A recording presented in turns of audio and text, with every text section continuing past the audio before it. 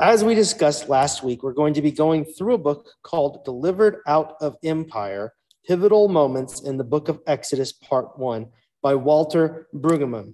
And one of the things that I want to highlight before we begin is that for the purpose of these lessons, these times together, I will be summarizing and quoting, sometimes at length, portions from the chapter so that those who weren't able to do this week's reading, or those perhaps who had some lack of clarity as to what the reading was about, might have more clarity as we move forward and go into our time of questioning and sharing. And so I'm going to be summarizing the chapter that we just read, and then we will open it up for discussion. And as we discussed last week, chapter 1 is about one pivotal verse that Walter Brueggemann has highlighted as significant. And he's entitled this chapter, The Cry That Begins History. And its focus is Exodus chapter 2, verse 23. As I've been saying, this is a book that focuses on pivotal moments in the book of Exodus. And today's verse reads as follows. After a long time, the king of Egypt died. The Israelites groaned under their slavery and cried out. Out of the slavery, their cry for help rose up to God. Exodus 2:23. And Brueggemann notes that these cries arise after generations of presumably silent suffering.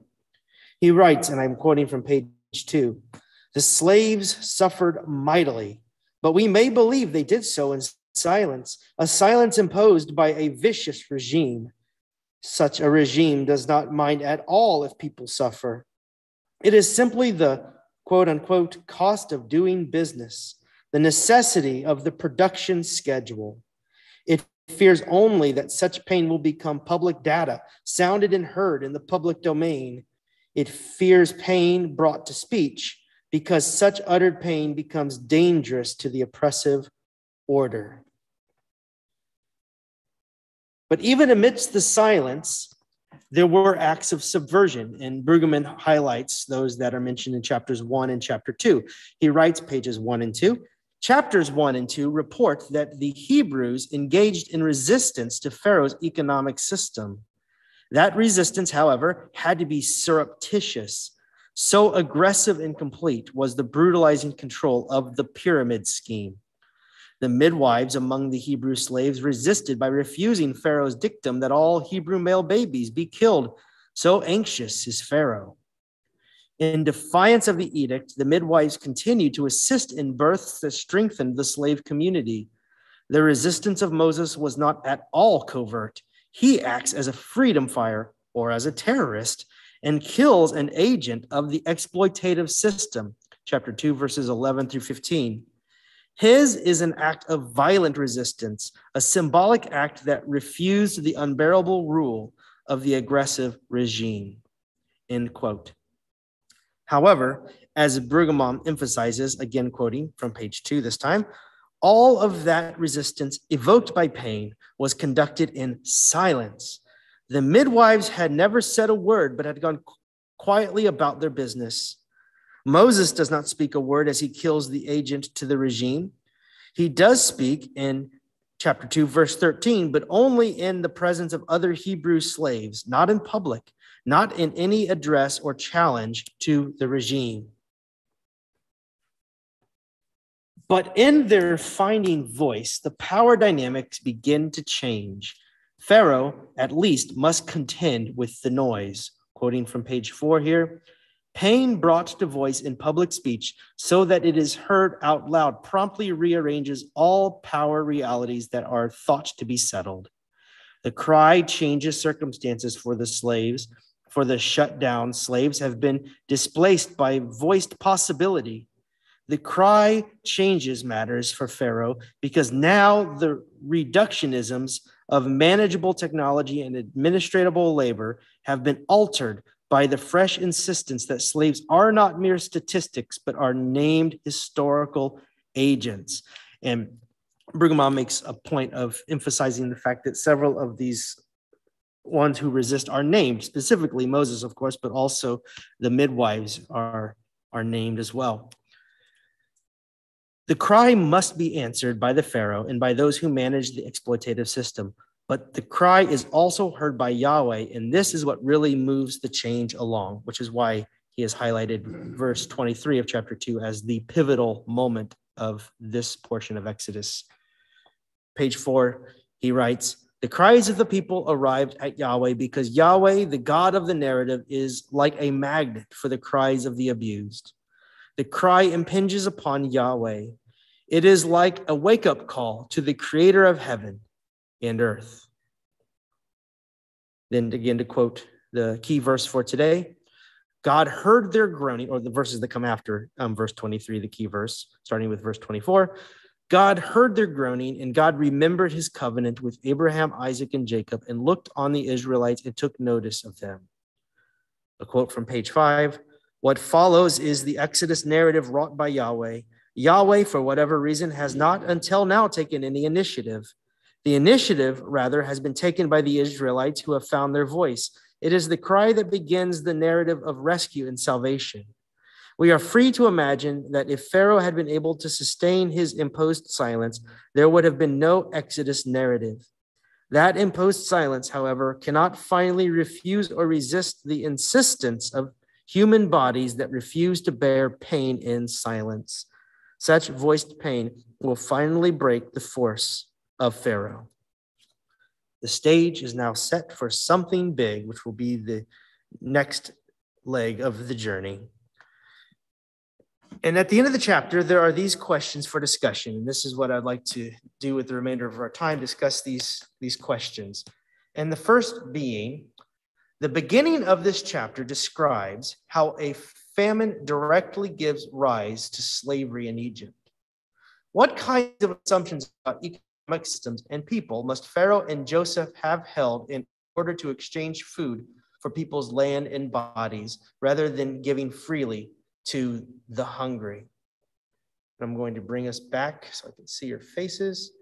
And if you remember at the end of Genesis, as we read in our last Bible study session, that Joseph, when the people were starving in exchange for food, and then later slave labor, took the land and the possessions in exchange for their survival and the food that they had on hand.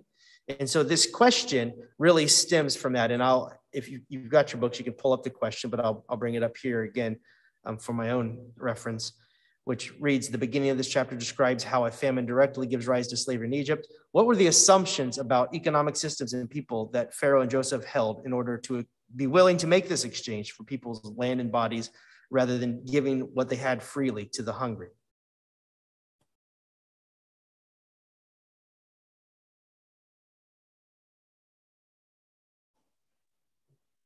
Must have thought that they already owned them, that they were subjects, and they didn't have the rights. Yeah, that they were already owned, or what made me think is that if you could exchange food for bodies and land, it seems to assume that everything can be commodified, that everything can be bought and sold, and that certain things, such as food or somebody's autonomy, aren't rights inherent. Basically what you said, yeah.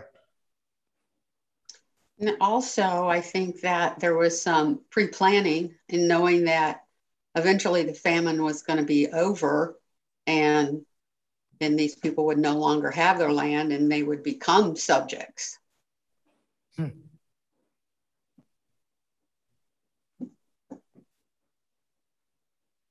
They wouldn't have any way to contribute.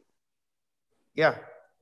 To society, even if it was within their own ranks, they would have no way of having food. They could be, in other words, if I hear you correctly, that they could be used, but they weren't going to be productive in and of themselves. Mm-hmm. I think it's strange, if I remember correctly, didn't Joseph's family have everything that they needed? And yet the people of Egypt had to sell themselves and their families to get food. And here in Exodus, it's possibly reversed. I don't know. But at least the Israelites are now slaves as well. No, you're correct. You're correct. At the end of Genesis, it was the Joseph's family is settled neatly up in Goshen, and this was the rest of the land of Egypt, and it concludes with all of Egypt being under the possession of Pharaoh, all the peoples on all the land, which may have included the place where the Israelites were settled. I don't know, but it sets the stage for this way of thinking. If in fact that way wasn't already in place. As the kings changed, then the one king finally said, okay, why are these people free? They need to be our slaves too. Yeah. And there were too many of them. They were afraid that they would attack and overthrow it. So some fear of the outsider is there as well, which we still carry with us today. Where my mind went was at one point in the last few years, it finally hit me that for most of human history, water was not sold. That water, which is basic to human life, was something you could drink from fresh water from the ground or from a community's well. And the idea of buying it fresh in bottles as opposed to the water that's not fresh from even our taps. Not to mention, you wouldn't dream of drinking from the White River. All of this is the product of us thinking about resources that are necessary for human life at the base level as resources that can be commodified. Now, I do understand why paying, the company that brings water to my tap makes sense to pay for the overhead and the resources. And I'm not talking about that. I'm talking about how water sold at a profit on a global scale. And how really, if you think about it, it's a very strange idea if you look at the rest of human history, even going back 100, 150 years, where this was not the case. But now it certainly is, and I don't see it changing anytime soon. And this made me think of that too. I think there were a few cases where they fought over the wells too. Wasn't Abraham had to fight, and that's why he moved, because they were fighting over the wells? Yeah, they would water. Yeah. Well, there you have it, though. So there were a few cases where they fought over it. In an agricultural society where water was a scarce resource.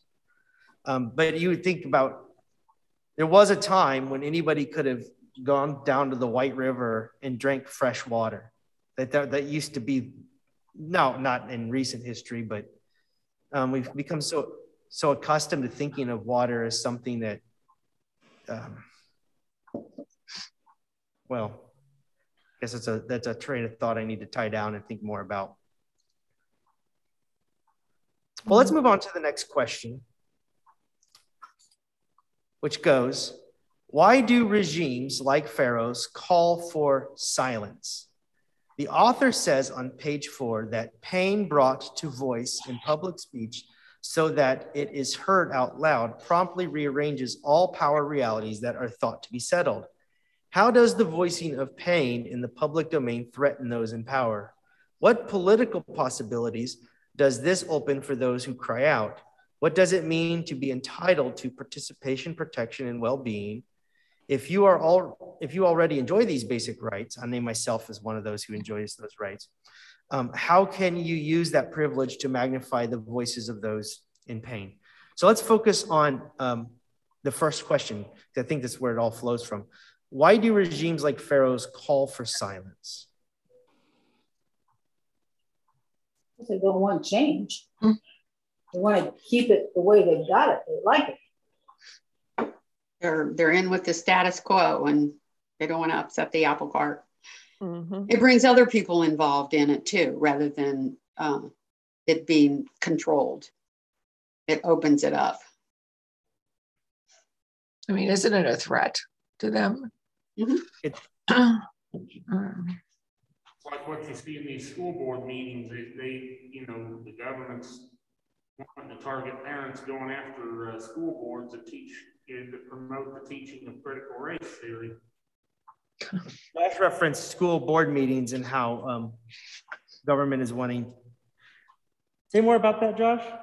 They're looking into parents who speak out in board meetings because the parents don't like the fact that schools are teaching critical race theory, which teaches that certain people in different races and religions are a problem. There's a lot to unpack there, and a lot of claims that I'm not sure I would accept whole cloth. But the overarching point is that somebody might want to silence voices like that if they felt that those voices were a threat to power structure. Right. Keith, can you kind of repeat what Josh said? I couldn't hear any of it. He was talking about how some people are unhappy with parents who raised voices of objection in school board meetings because they feel it may be a threat to the power structure. There's a lot to unpack there. Or they're concerned about their children's health at this point. Sure. No, he wasn't referring to health. He was referring to the teaching of what's it called? Critical race theory. Yeah, got it. Critical race theory is not being taught in elementary schools or even high school level. It is an obscure branch of legal law that came out of the 1970s that comes from a much older branch of law that tried to consider how class might affect how the law is applied differently. So in the early 20th century, when laws like speeding tickets and speed limits and other things like that came up, they began to notice that the rich people with cars would throw a fit if they got a ticket, whilst those who maybe are on the lower end of the economic spectrum were hit with hefty fines if they were breaking similar laws. In the 1970s, critical race theory became an obscure branch of legal study amongst legal nerds who wanted to take those same principles as it relates to class, generally speaking, and apply them to how the law is differently applied to persons of color in certain specific instances. Now, this is not being taught in public schools. This is not even up for discussion. It has become a bogeyman, a misunderstood bogeyman, and it does not posit that certain races are better than others. It does not posit that the relationship between races must necessarily be antagonistic. But these are the claims made about it by people who I think, frankly, don't want to talk about the inequalities of our systems that are inherently racist. Well, if we could go back to the question, which is why were they wanting people to keep silent? Isn't that the question we were discussing? Sure. I mean, it seems to me that it's just like any authoritarian regime. They don't want people protesting. They don't want people speaking out against them. They want people to be compliant. I mean, so they don't want people protesting. I mean, I've just been hearing about, Nicaragua, Daniel Ortega, he's taken care of his opposition by either shooting them or imprisoning them, or getting rid of them because he wants to stay in power forever. And so it seems to me these pharaohs were not running a democratic government. They were authoritarian. They were in charge, were they not? Yes. And so I don't think they wanted people speaking out or protesting their situation, right? It's why Martin Luther King Jr. was shot. It's why political dissidents are often either imprisoned or silenced in various ways. Because they're a threat to the power structure. It's a long history of this. Yeah. Christian martyr Dietrich Bonhoeffer taking fascists in Germany. I mean, the list goes on. The Reverend, the priest who was shot in Guatemala while doing mass. who's now been sainted because he, I mean, the list, Jesus Christ. Jesus Christ. Same story. And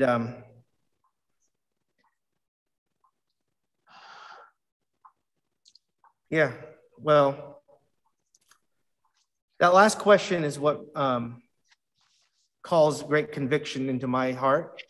If you enjoy these basic rights, being participation, protection, and well-being, how can you use the privilege of those things to magnify the voices of those in pain?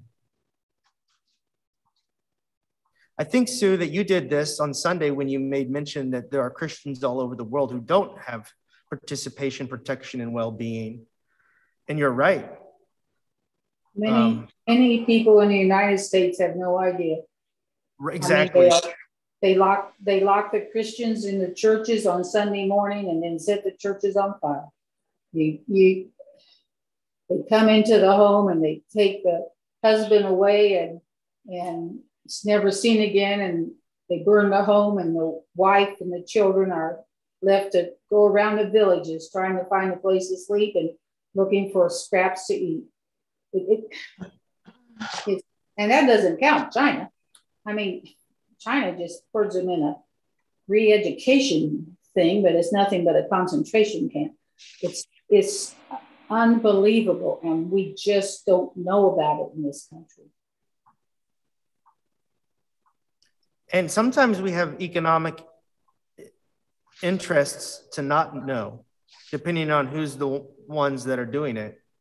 And that cuts across all human rights violations. Sometimes we'll speak loudly about human rights violations in one country and then ignore them being done by allies in another, depending on what our trade arrangements are. More on that this coming Sunday, actually. not those specifics.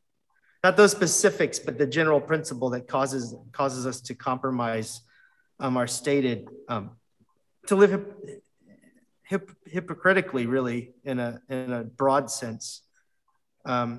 United States is filled with contradictions, in that we have these high values and ideals that are sincerely held, and our ability to follow through consistently has been very poor. But to your purpose, there is a reason why we have the freedom to talk about these things here, and other places you don't have. And back to this issue of voice, that this is all about. If you can silence the voices of those who are in pain, or ignore them, or drown them out in some noise, then you don't have to move to some sort of change, which is, I think, is Brueggemann's point as it relates to Pharaoh. But this discussion is meant to help us see those other places in the world where this is continued. Yeah. Well, the third question. If we see something that's wrong, then we can speak up and speak out.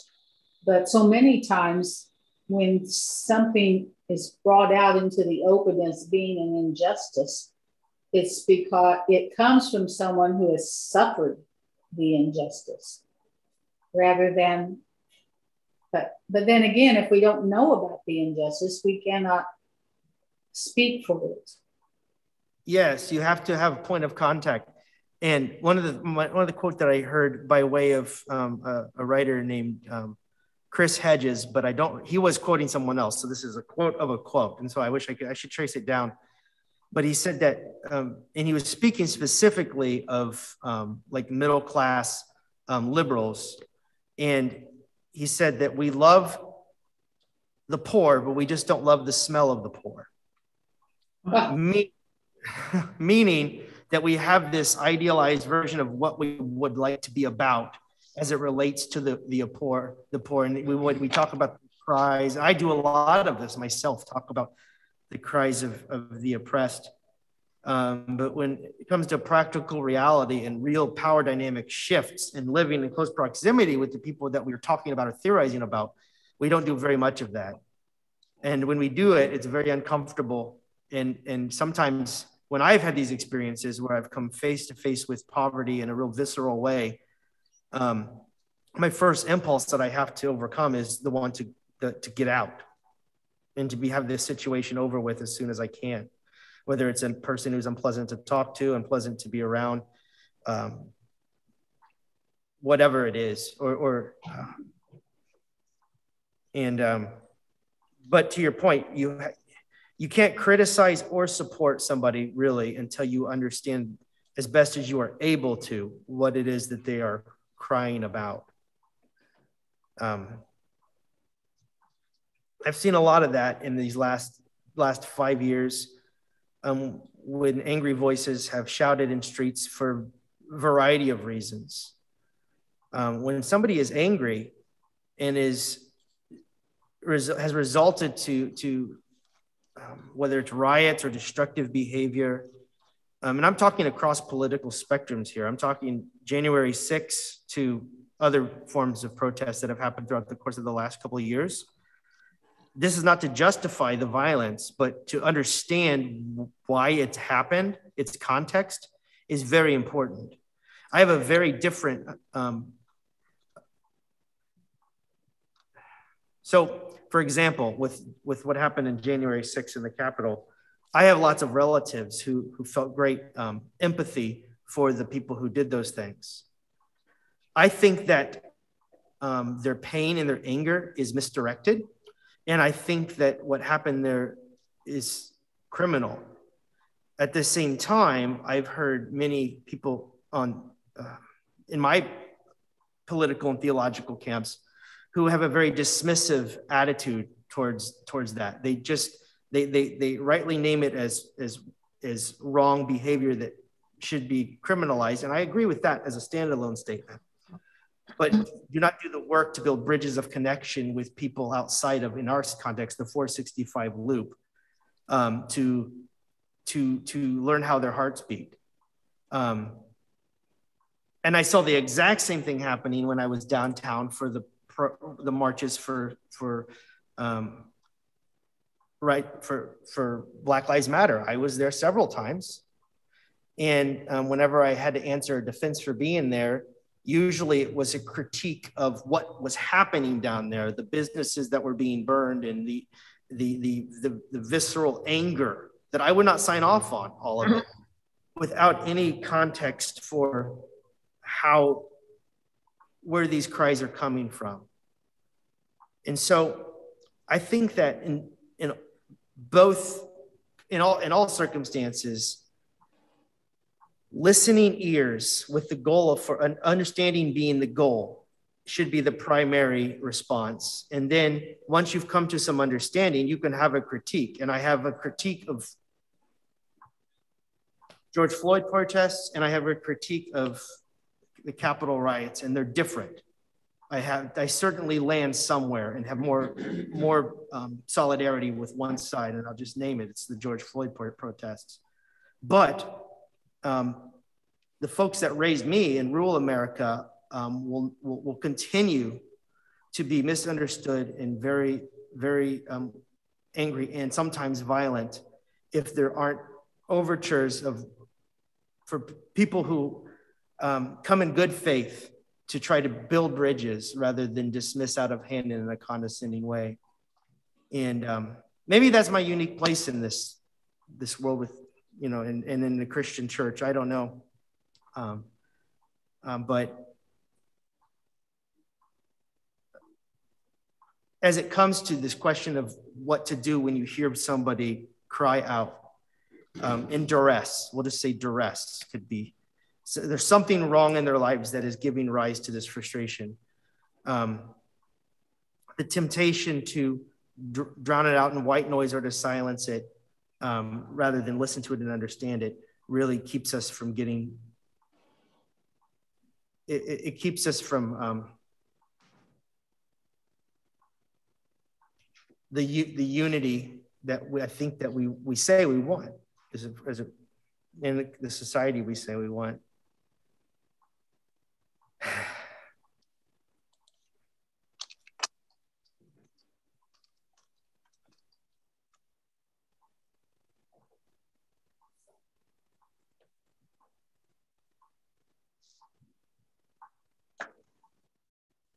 I didn't mean to talk the room to silence. No, I think you're right in needing to, a lot of times we don't listen to what's being said. And we don't listen sometimes because of the violence, of the, that we focus more on that than, like you said, what is the underlying issue? Why is this violence there?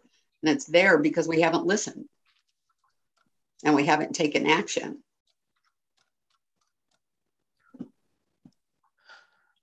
Or believe people's testimony when Right. they share share how they've experienced life. Believe you have the right to state your opinion, but I don't believe you have the right to attack somebody, hurt their body, or even kill them. I don't. I think we just need to learn to communicate better with our words instead of our fists or whatever. Well, I think we need to communicate better with our actions too, because we've heard the words a lot. We just haven't done what needs to be done to heal, to fix, to be neighbors.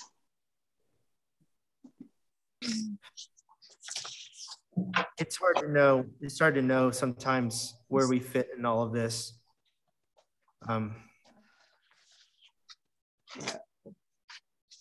agree with you. I agree with you, Sue, that I'm committed to nonviolent.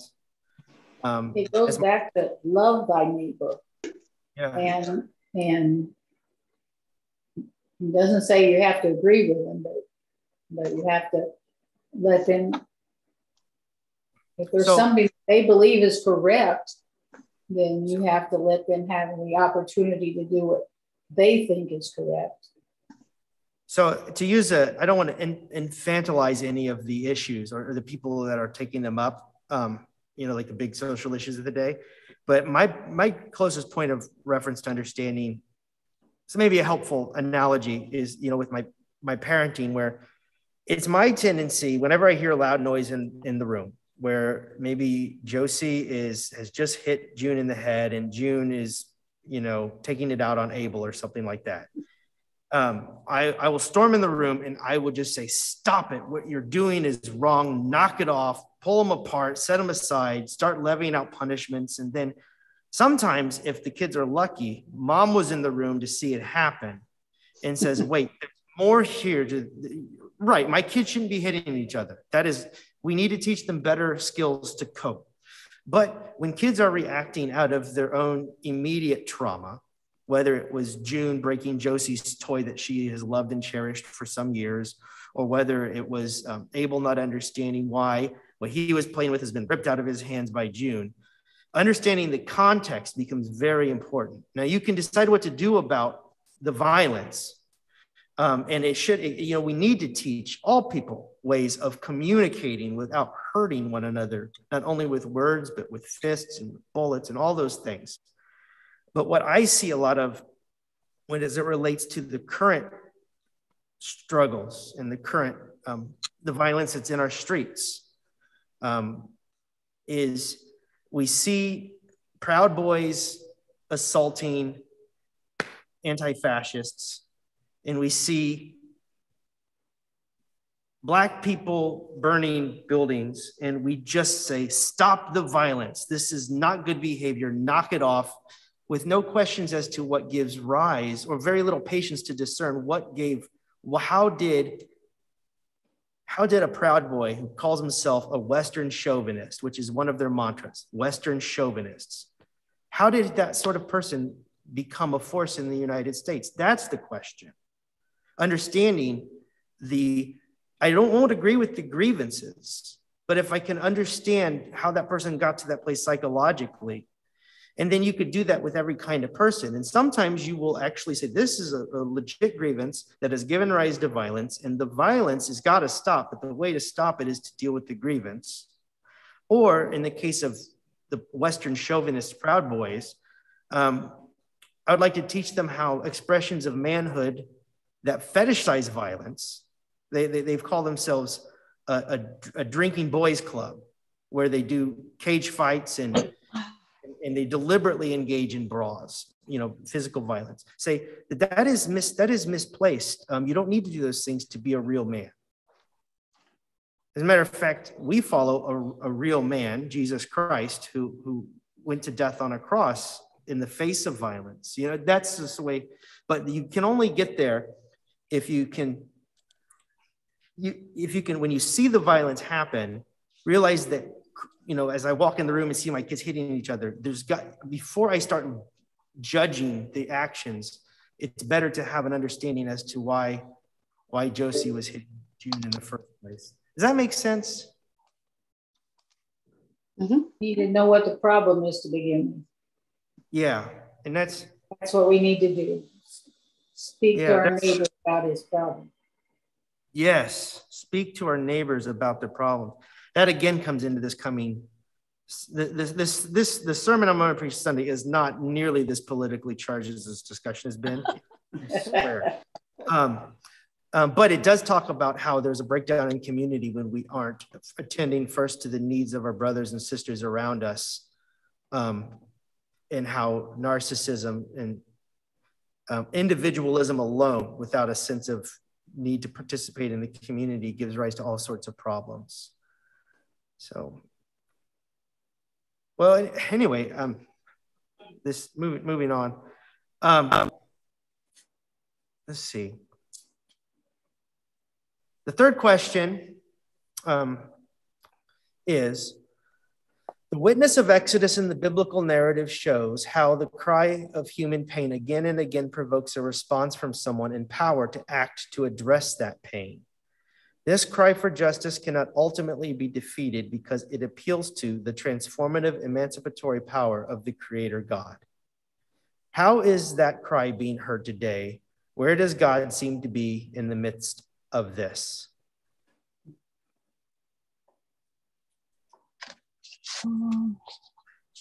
Fortunately, God's disappeared a lot in our nation.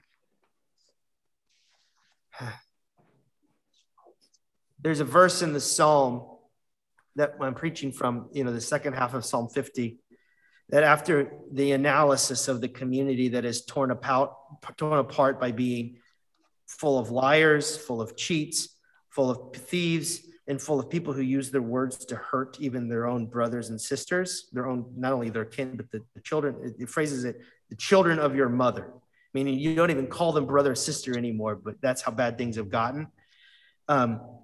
It says something to the effect of, and this is God speaking through the voice of the psalmist, and you thought that I didn't notice or wasn't going to do anything about this, or have been far off, or something like that. Like, I've been an absent God in this mess.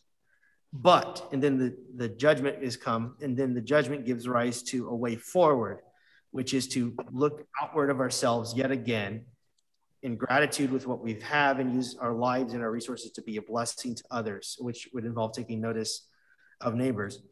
I only bring that up to say I actually feel similarly to what you do, Sue. I don't have an easy answer to this question. Where does God seem to be in the midst of this? Those who seem the most certain, ring as the most self-righteous and divisive as to who the good guys are and who the bad guys are in this. And you get a lot of that in this simplified message on news channels, where you've got your good guys and your bad guys, your good camp and your bad camp. And in the worst iterations, you've got those working for the devil and those working for God. And the person saying it knows exactly who's who. And I don't think that I think it's more complicated than that. So I'd say that certainly the cry is being heard. We're all hearing it, and all have different responses to the various cries. Where does God seem to be in the midst of this? And here's where a pastor's conviction kicks in, and it's just a hope and it's a lens of faith that I see through. But I've got to think that God's Spirit is even now meeting us in this historic moment in calling the people towards restoration and redemption. That's what my faith says is happening in the world in the face of it. I hope that I can live long enough to see it come alive. And I guess a parent's dream is to live long enough to see my children enjoy a pocket of stability and prosperity and well-being in an ethical and righteous way. Sometimes I think we every once in a while we get a hint of God and His grace when we hear of someone doing something that was just done out of a reaction of love, whether it's Habitat for Humanity providing a home for a family and making it possible for them not to be living on the street anymore, or whether it's giving food in the pantry to people that don't have enough money. I mean, they can pay their bills, but they pay their bills, they have no money left. I mean, if you're only making $10 an hour, it doesn't go very far. You do the best you can. And it seems to be. Go ahead. I just think when you reach out to someone, and it may not even be an act of giving them something, but it's an act of listening to their concern and doing whatever you can to help them. And maybe it's just saying, God loves you and I'll pray for you. That at least is something that you can bite off and chew. If all the large problems overwhelm you, you can find a specific focus, a specific person or situation in your life, and respond in the name of God's love. I think our faith has to come in here with the reading from Luke.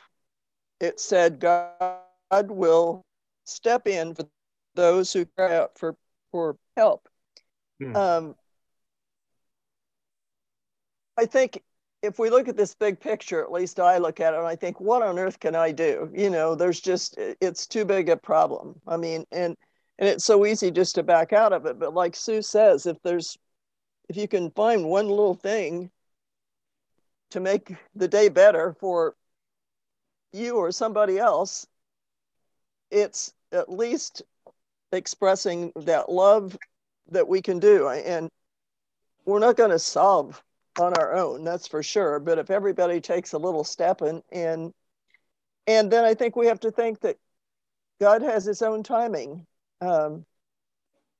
We don't know exactly what that is in a lot of circumstances. So that's where our faith comes in. Well said. About 25, and we all know it.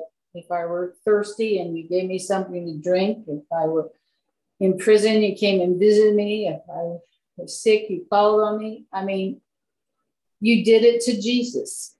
And that's the best we can do for Jesus, I think. Then the next shoe drops as it goes on and says, what you did not do. Yeah, I know. But they're going the other way. They're going to be put with the goats. Guys, I got to say goodbye. I have enjoyed this. I'll see you all next week. Okay. All right. See you Sunday. Well, Josh says bye. Now's a good end point anyway.